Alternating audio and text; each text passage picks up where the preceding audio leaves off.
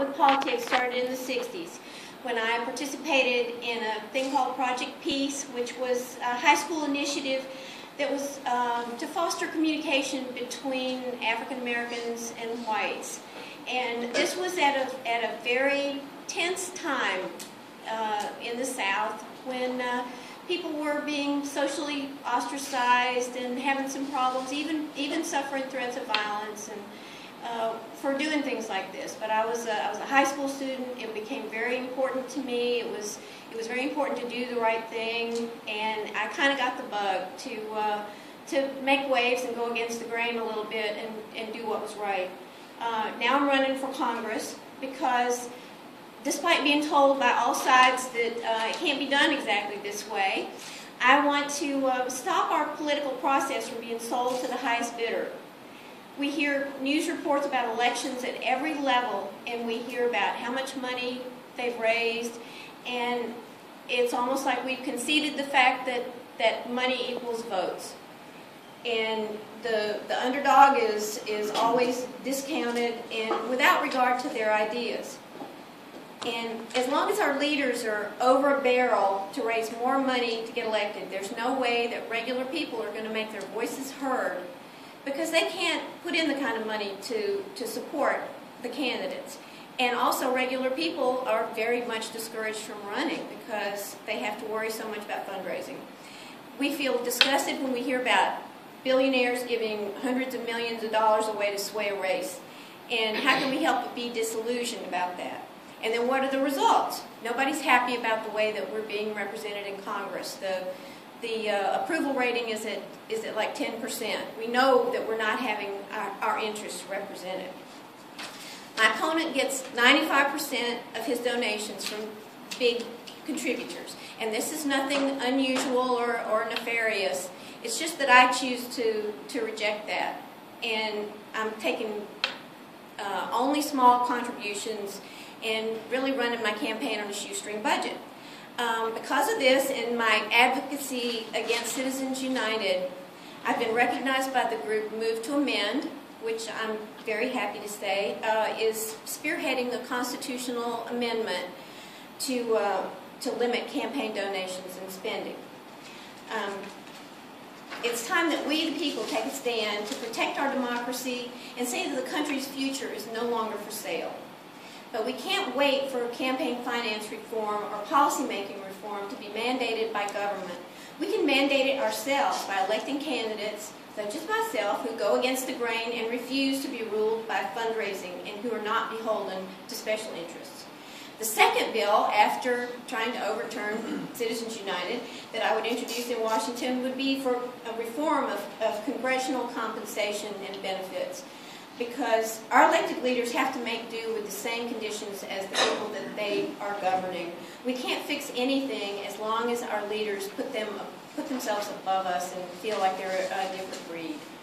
I'm very glad to announce that I've received the endorsement of the South Carolina AFL-CIO, and that, and also in addition to being the Democratic nominee, I'm also going to be the Working Families Party candidate.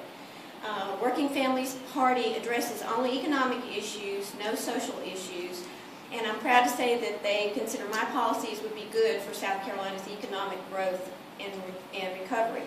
Collective bargaining and earning a living wage are fundamental for individuals and families to have a decent life and for a prosperous economy overall.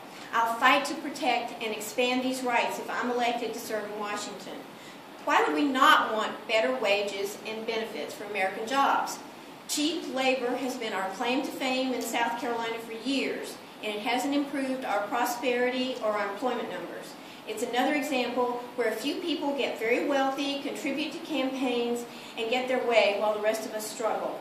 I commend Move to Amend, the AFL-CIO, and Working Families Party for all that they do on behalf of all of us, and I thank them very much for their vote of confidence. By the way, I want to stress that these endorsements aren't accompanied by any money from these organizations. They're putting my name out there, and they're spreading the word because they like my ideas. But I'm still my own person and will always make decisions based on the facts and my conscience. Speaking of ideas, I've invited Congressman Gowdy to have at least one debate with me so that people of Greenville and Spartanburg counties can make a choice on the issues where I definitely go against the grain of what our representation has been in the upstate. We hear a very one-sided description of what's good and bad, but listening to voters across the area, I see that there are many people that do not feel represented by what they hear. They're looking for an alternative. Over the past year, I've worked hard to educate myself on domestic and foreign issues, as well as paying a lot of attention to people who have felt unrepresented. And let's give the people a chance to choose. On health care, Representative Gowdy has voted to end Medicare and replace it with a voucher plan that forces our seniors to pay more out of pocket for medical expenses. This is personal to me as someone who cared for my ailing parents over a period of 10 years, something that many people can identify with. Having sick, elderly parents at the same time you're raising teenagers and paying for college. And this is something that people need help with, and they need to not go bankrupt because of illnesses. Representative Gowdy has also voted 33 or so times to get rid of Obamacare, which does many positive things, preventing insurance companies from denying coverage to people with pre-existing conditions, dropping you when you get sick, allowing parents to keep their kids on their health policies, providing birth control for women with no copay starting this month. It's gotten people rebates on their premiums because insurance companies were wasting too much money on non-health care expenses. And it's ensuring millions of Americans so that we don't get stuck paying for others' emergency room visits. And it will reduce our deficit.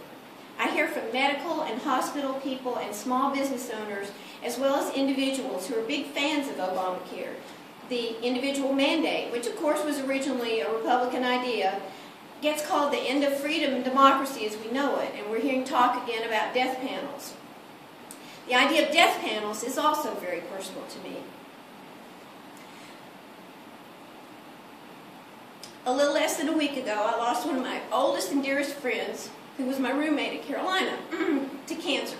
4 years ago, her top-notch private insurance, which both her husband and her father had been executives for an oil company, they refused to pay for tests and treatment that her doctor recommended because the insurance company didn't consider the expense warranted. This is an example of death panels, and believe me, it happens right now. And I want to prevent anyone from suffering the unnecessary loss of a loved one. Paul Ryan is now the vice presidential nominee. My opponent speaks of him in the most glowing terms and says, when Trey Gowdy says something is right to do in my district, people yawn. When Paul Ryan says something is the right thing to do, it's like Reagan himself said it. Reagan is a hero to Republicans, but talking about the wealthy, Reagan said, we're going to close the unproductive tax loopholes that have allowed some of the truly wealthy to avoid paying their fair share. The Ryan-Romney budget, enthusiastically backed by Representative Gowdy, gives huge government handouts to the wealthy Americans and big corporations while hurting middle-class and poor Americans. My dad was one of those. He was a small business owner who idolized Ronald Reagan, and this is certainly something Reagan wouldn't have supported. Reagan was a big champion of small businesses, and for it to be represented that he wants the big corporations to receive all of the breaks and the small businesses to be crowded out is certainly not something that he ever stood for. Education is what drew me into politics, and some of you know about my work and commitment to the Corridor of Shame schools. Education is another thing that's fundamentally tied to our quality of life and economic success. It's a chance to break the cycle of dependency. Besides keeping public schools thriving, we must continue trying to make higher education accessible and affordable, not let student loan interest skyrocket or eliminate Pell Grants. We have to address immigration reform, not reverse the President's moratorium on the threat of deportation of young people who entered the country as young children and have been unable to work or go to college, becoming contributing members of society. Women's issues have been put in the spotlight, especially in recent months, and I will not let women's rights revert to the 1950s or let the privacy of any citizens, men or women, be intruded upon by the government making your medical decisions. Despite being active with safe homes here in the upstate and giving a tearful example of a woman killed by her abusive husband, Representative Gowdy went against the bipartisan Senate Violent Against Women Act. An authorization was ultimately stalled after he said Democrats had politicized it by including too many people, gays, immigrants, and American Indians, for protection. Let me make this clear. He fought the bipartisan bill which had passed, protecting women from violence, tearfully berating Democrats for making it too partisan for the House to approve it, and then blamed Democrats for failing to protect women. I mean, that just doesn't even make sense. I'm concerned about climate change. Our former Republican Representative Bob Inglis has been working hard in Washington on a plan to reduce carbon emissions. I want to work on a bipartisan solution to an issue that will affect my grandchildren and future generations. Representative Gowdy has avoided addressing the environment, though this past July was one of the hottest on record and has converted even the staunchest climate skeptics. We also need to look at energy independence in terms of alternative sources like wind and solar, instead of remaining stuck in technology of the 50s, just because this is the most profitable thing for oil companies. As Senator Lindsey Graham has said, being oil dependent, no matter where that oil comes from, is a threat to our national security. I stand with the LGBT community, and I'm against spending taxpayer dollars to defend the Discriminatory Defense of Marriage Act. LGBT Americans deserve to be able to get married and qualify for benefits just like anyone else and be free from bullying and discrimination. Congressman Gowdy has distinguished himself by devoting his time and talents for the past 2 years to the Fast and Furious controversy.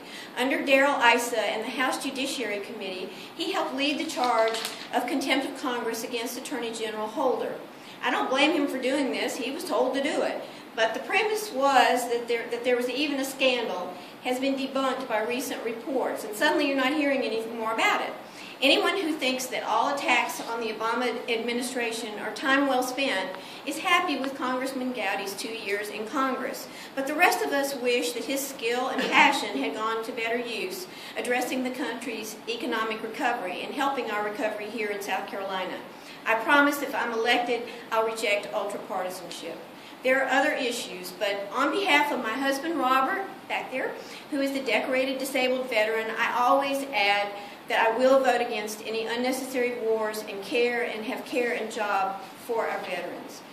I look forward to debating Representative Gowdy in the coming weeks. My opponent owes it to the voters of the 4th Congressional District to take me up on my offer and give people an opportunity to make an informed decision this fall. For my part, I'm ready to step forward and put new ideas on the table on how to create jobs, reduce our mountain of debt, increase fairness, and help build a stronger middle class. In this case, I believe going against the grain is just what we need to put aside partisan games and develop a new atmosphere of cooperation, progress, and success. Okay, if anybody has any questions, that was my overly long